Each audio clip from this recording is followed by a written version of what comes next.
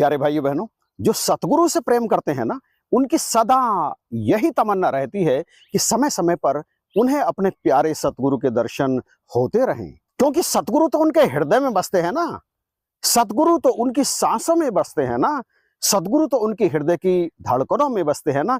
सतगुरु के बिना उन्हें अपना जीवन बिल्कुल सूना सूना सा लगता है। ऐसी परिस्थितियां अधिकांशतः बहनों के जीवन में आती हैं।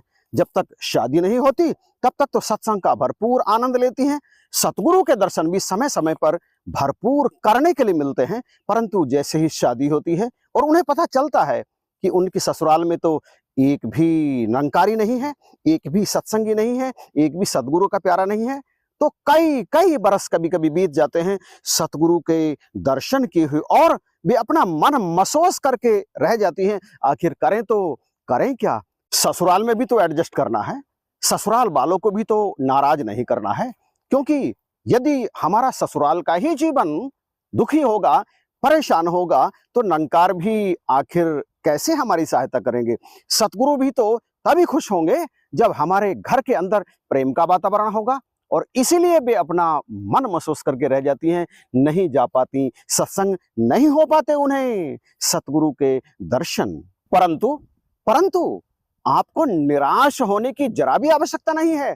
जिन बहनों के साथ ऐसा माहौल है, आप अपनी ससुराल के अंदर भी आपके मन के अंदर लगातार सिमरन करते रहें, निरंकार प्रभु परमेश्वर से अरदास करते रहें, सतगुरु के दर्शन की प्रार्थना करते रहें, सत्संग मिले, हे दातार ऐसी कृपा करो, ऐसी प्रार्थना करें। तो ये निरंकार तो कण कण में है ना, जर्रे जर्रे में है ना। ये तो सुन रहा है हमारे कान में आने वाली आवाज को, हमारे हृदय में उठने वाले भावों को ये भली बात ही जानता है। तो एक ना एक दिन, एक ना एक दिन, महीने, बरस, दशक, कभी ना कभी तो ये सुनता ही है। ये हमारे अंदर की बात जानता है।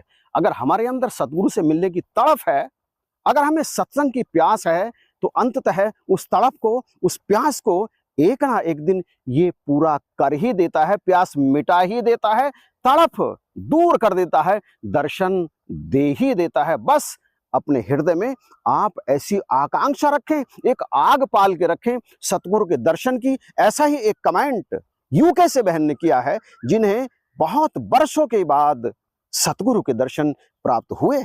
लिखती हैं, शादी एक नॉन निरंकारी परिवार में हो गई और इंडिया से बाहर रहते हुए 20 साल का लंबा अंतराल हो गया। इस बीच एक बार भी ना सतगुरु के दर्शन हुए और ना ही सत्संग मिली।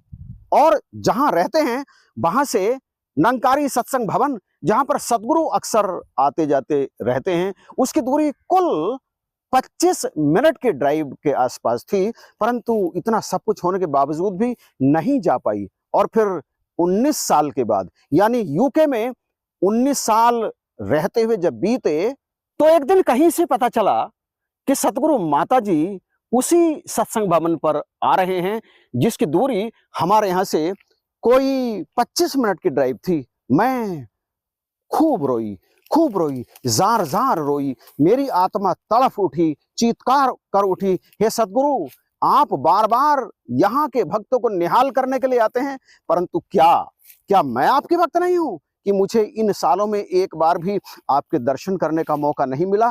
प्लीज प्लीज आप इस बार कृपा जरूर करना, मैं आपका दर्शन करना चाहती हूँ।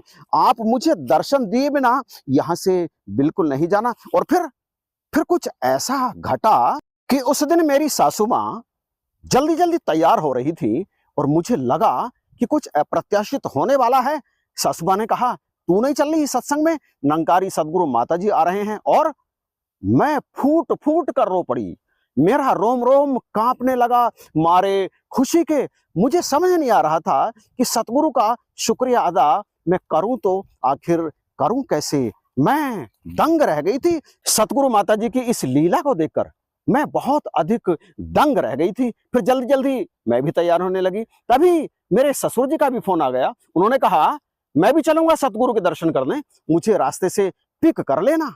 और फिर मेरे पूरे परिवार ने सतगुरु माता जी के भरपूर दर्शन किए। मैं तो निहाल हो गई। प्यारे भाइयों बहनों, अगर चाह है, अगर आग है, अगर प्रेम है, तो सतगुरु तो उस प्रेम की तड़प को मिटा देते हैं अपने प्रेम से, अपने आशीर्वाद से। बस अपने अंदर आग होनी चाहिए सतगुरु से मिलने की। जिसने सतगुरु से मिलने के लिए अपने अंदर उत्साह उमंग को बरकरार रखा है ना, तो चाहे बरसों बरस बीत जाएं, एक न एक दिन सतगुरु के दर्शन हो ही जाते हैं। तो आपकी इस वीडियो के बारे में क्या राय है? सतगुरु को लेकर के आपकी क्या थिंकिंग है?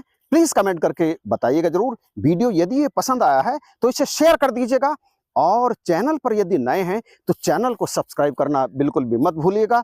इसी समय, अभी इसी क्षण आप इस चैनल को सब्सक्राइब कर लीजिएगा प्लीज। इन्हीं शब्दों के साथ आप सभी को जय हिंद, नमस्कार और प्यार भरी धन्यवाद।